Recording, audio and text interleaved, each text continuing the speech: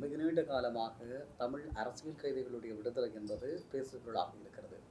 பல்வேறு கட்டங்களில் ஆட்சிக்கு வருகின்றவர்கள் வாக்குறுதிகளை வழங்குகிறார்கள். அரசியல் கைதிகளை தங்களுடைய தேர்தலினுடைய ஒரு பிரச்சாரமாக எங்களுடைய அரசியல் தரப்புகளும் பயன்படுத்துகிறது. ஆனால் இவர்களுடைய வாழ்க்கை என்பது சிறையிலே கழிக்கக்கூடிய ஒரு நிலை இருக்கிறது.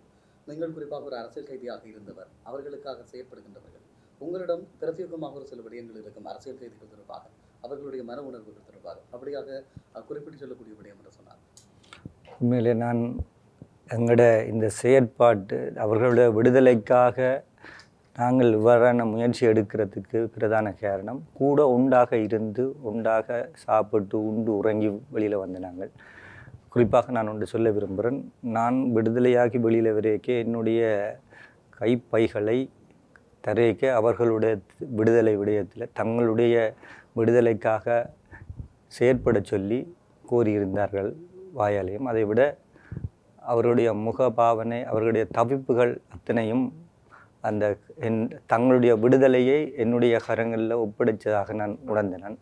குறிப்பாக சிவகுமார் பார்த்திபன் 30 வருஷமாக இருக்கிறாங்க. நாங்கள் அவனோட உண்டாக இருந்து வந்த உண்டாக கடைசி நிமிடம் உண்டாக இருந்து வந்தது.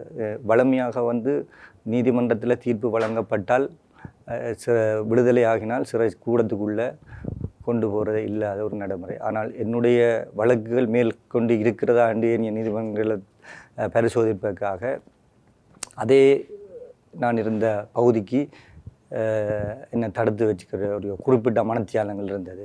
அந்த கணங்கள் நேரத்தில் அவங்க அந்த உள்ளே இருந்த இந்த நண்பர்களுடைய ஒரு எனக்கு விடுதலை கிடைச்ச ஒரு மகிழ்ச்சி, அதை விட அவர்கள் தங்கள விடுதலைக்கான கதவுகள் திறக்கப்படுமா என்ற ஒரு ஏக்கம்.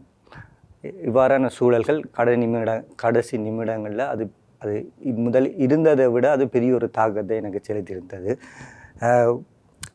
எங்களோட சிறை இருப்பு என்பதை நாங்கள் வார்த்தைகளால் இலகுவாக இதில் சொல்லிவிட்டு போக முடியாத அது கணங்கள்.